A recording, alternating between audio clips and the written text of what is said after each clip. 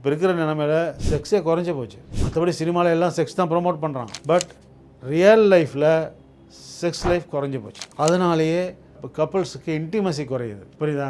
அதாவது என்ன சொல்லுவாங்கன்னா, வெரி வெரி சக்ஸஸ்ஃபுல் பீப்புளெலாம் பார்த்தீங்கன்னா long sexual life, happy sexual life இருக்குன்னு சொல்லுவாங்க. So sex is in important integral part of the marriage. அதுக்கு நம்ம டைம் ஒதுக்கணும். காலையில் டயர்டாகிடுது சார், காலையில் எழுந்திரிச்சு போக முடியல சார் அப்படின்னு எல்லாம் உடனே டயர்டுங்கிறது தான் வார்த்தை. ஸோ இதெல்லாம் இருக்கக்கூடாது.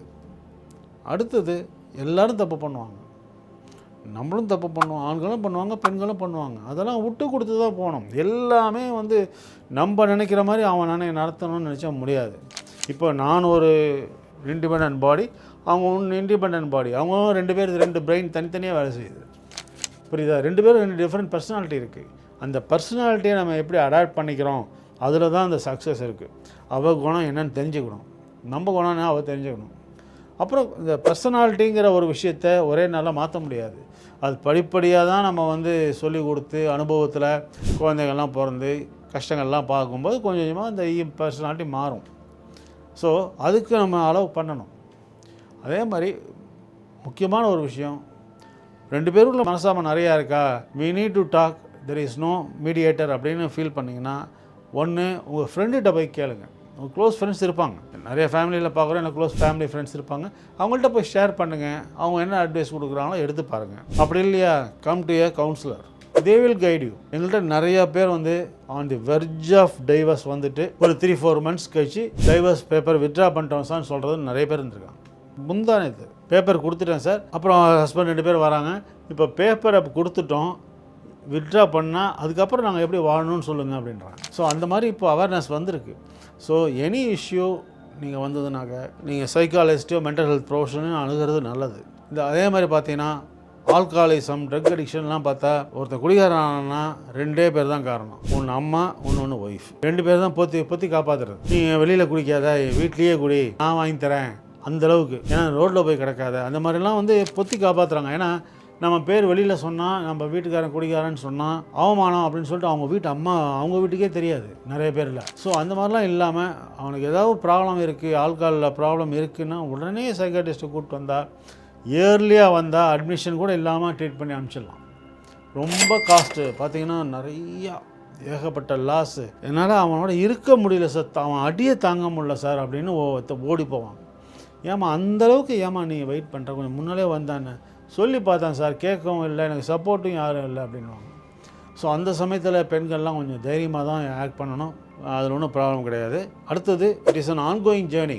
ஆக்சுவலாக பார்த்தீங்கன்னா செகண்ட் ஹனிமூன்னு சொல்லுவோம்.